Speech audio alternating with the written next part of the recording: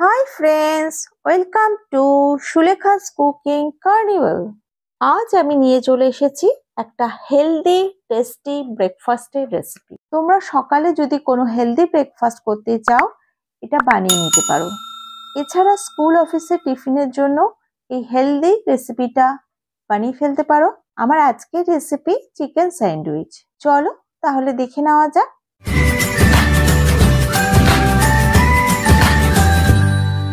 Chicken sandwich বানানোর জন্য আমি এখানে নিয়ে নিয়েছি 250 গ্রাম বোনলেস চিকেন।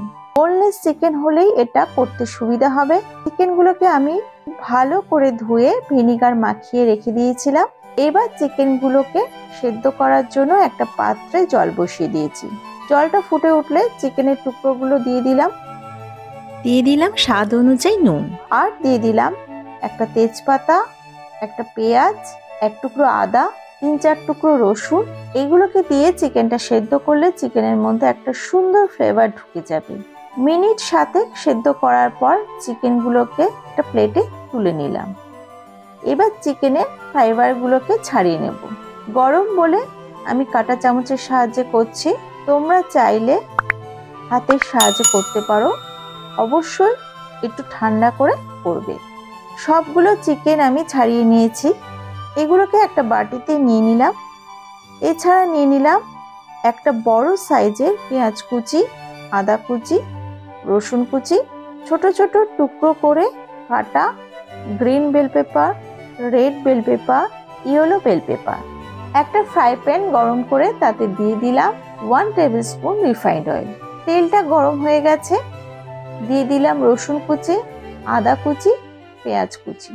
এবার এগুলোকে একটু নাড়াচাড়া করে হালকা ভেজে নিয়ে দিয়ে দিলাম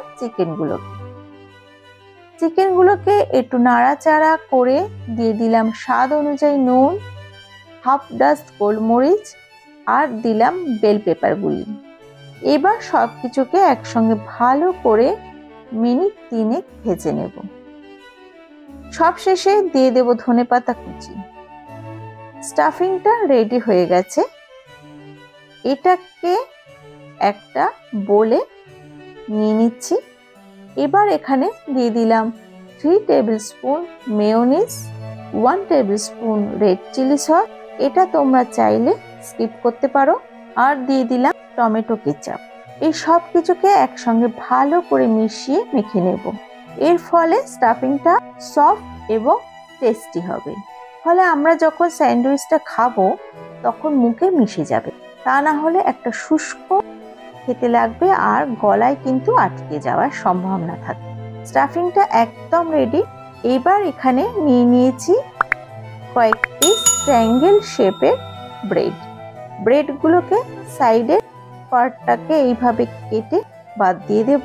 তবে এগুলো একদম ফেলবে না, কারণ এগুলো দিয়ে কিন্তু অনেক সুন্দর সুন্দর রেসিপি হয়।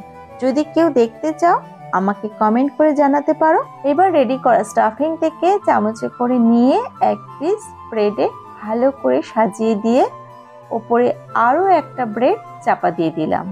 একটা রেডি হয়ে গেল। তোমাদের সুবিধার জন্য আরো একটা দেখিয়ে দিচ্ছি।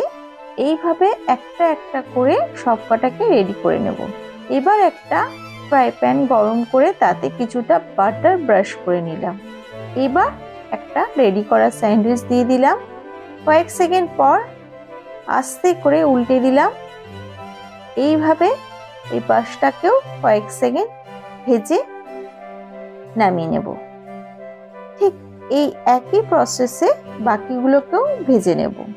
তোমরা চাইলে ব্রেডের ওপর বাটারটা প্রথমে লাগিয়ে প্যানে দিতে পারো, যেটা তোমাদের সুবিধা সেভাবেই করতে পারো।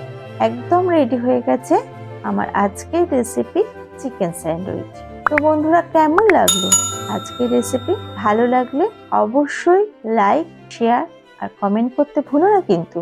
আর নতুন বন্ধুরা অবশ্যই নিচে থাকা সাবস্ক্রাইব বাটনটা প্রেস করে পাশের বেল আইকনটা অন করে দিও। তাহলে এই পর্যন্ত আবার চলে আসবো নতুন কোনো রেসিপি নিয়ে। টাটা।